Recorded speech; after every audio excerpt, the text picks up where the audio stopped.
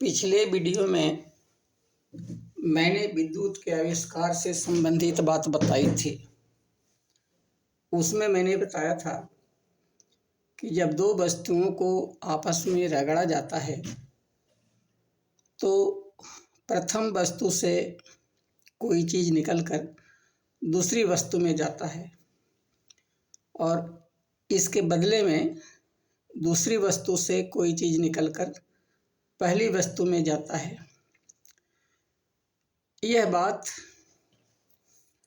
आपको थेल्स से लेकर के साइमर तक प्रत्येक आविष्कारकों के बातों में आई है।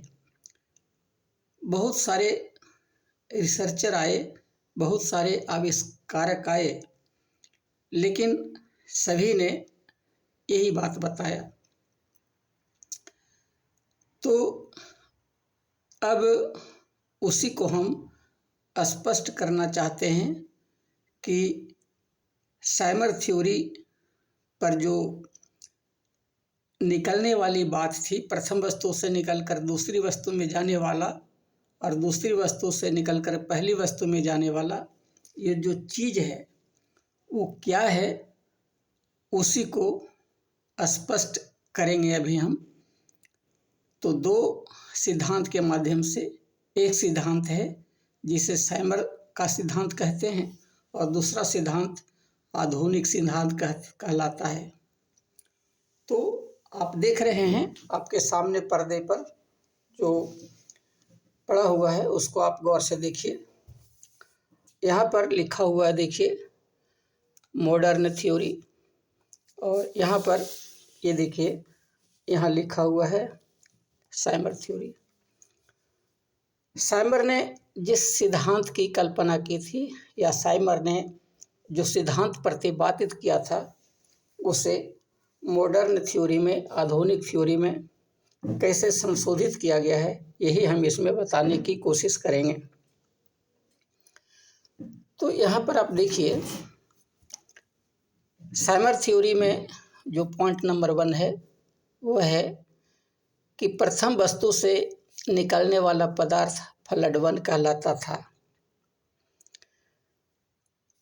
इसी को आधुनिक सिद्धांत में, मॉडर्न थ्योरी में बताया गया कि प्रथम वस्तु से निकलने वाला पदार्थ इलेक्ट्रॉन होता है।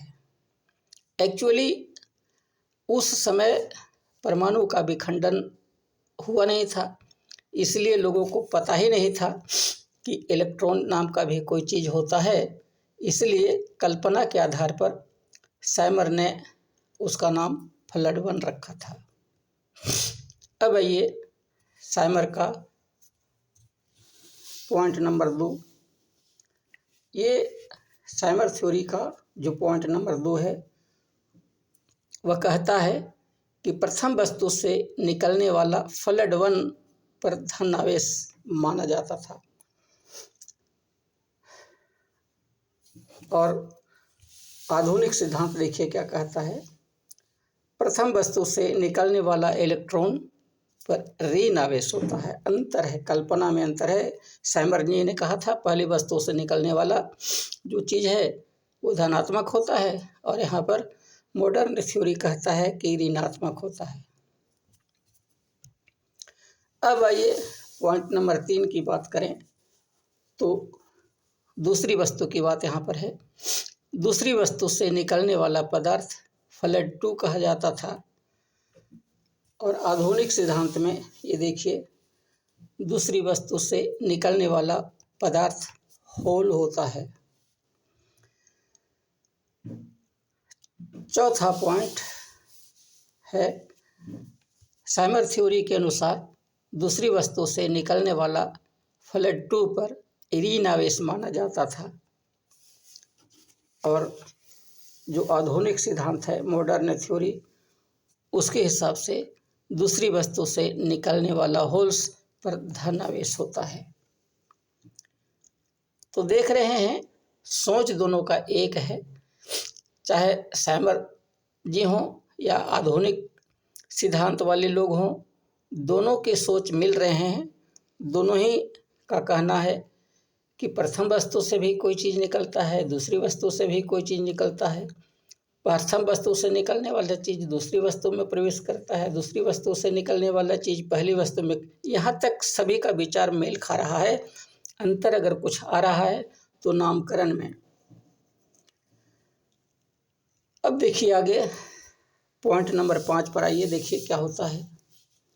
पॉइंट नंबर 5 ये देखिए, साइमर थ्योरी के हिसाब से दोनों वस्तुओं को जब सर्किट से जोड़ा जाता है, मतलब तार से दोनों वस्तुओं को जोड़ दिया जाए, तो प्रथम वस्तु से फ्लड 1 जो निकलता था उसमें वास्तव में इलेक्ट्रॉन था। सर्किट से जोड़ने पर प्रथम वस्तु से जो फ्लड निकलता था वो वास्तव में इलेक्ट्रॉन था। और 5वां पॉइंट में इसमें कहता है कि दोनों वस्तुओं को जब सर्किट से जोड़ा जाए तो प्रथम वस्तु से इलेक्ट्रॉन निकलता है, जिसे साइमर थ्योरी में फ्लड 1 कहा जाता था। यहाँ पर क्लियर किया है कि साइमर जी ने प्रथम वस्तु से निकलने वाला जो एलिमेंट है, जो पार्टिकल है, उसको फ्लड 1 नाम रखा था और मॉडर्न थ्योरी में उसका नामकरण इलेक्ट्रॉन किया गया है। छठा पॉइंट देखिए, बात क्लियर हो जाएगा। छठा पॉइंट कहता है कि दूसरी वस्तु से फ्लड 2 निकलता था, जो वास्तव में कुछ था नहीं। इसका छठा पॉइंट कह रहा है, इसको ध्यान देने की बात है कि दूसरी वस्तु से जो फ्लड निकलता था, जिसे साइमर जी ने फ्लड 2 नाम दिया था, वो वास्तव में था कुछ नहीं। यह कल्पना थी, कोरी कल्पना, माने 100% कल्पना थी। इस काल्पनिक चीज़ को फ्लड 2 या रीनावेश कहा जाता था। यह कब किया, यह स्पष्ट कब हुआ, यह आधुनिक सिद्धांत आने के बाद। इसमें छठा में है, देखिए क्लियर है कि दूसरी वस्तु से होल्स निकलता है जो वास्तव में शून्य है। एक्चुअली यहाँ भी साइमर थ्योरी में भी तो कहा जाता था कि दूसरी वस्तु से निकलता है, और मॉडर्न थ्योरी में भी कहा जाता है कि दूसरी वस्तु से निकलता है। तो दूसरी वस्तु से जो निकलता है उसको साइमर जी ने फ्लड 2 नाम रखा था, और आधुनिक सिद्धांत में उसका नामकरण होल्स के रूप में किया गया है। अब जब आधुनिक सिद्धांत का प्रतिपादन हुआ तब पता चला कि दूसरी वस्तु से जो होल्स निकलता है वो वास्तव में शून्य है। शून्य का मतलब है नो नॉट नथिंग, मतलब कुछ है नहीं, बल्कि यह तो रिक्त स्थान है। इसी को धनावेश माना जाता है। यह एक्चुअली इमेजिनरी होता है। मतलब छठा पॉइंट पर आकर के स्पष्ट हो गया, दोनों सिद्धांत टैली कर जाते हैं। आपके साइमर थ्योरी में भी स्पष्ट हो गया कि फ्लड 2 जो है, जो दूसरी वस्तु से निकलता था, वो है कुछ नहीं, कल्पना थी।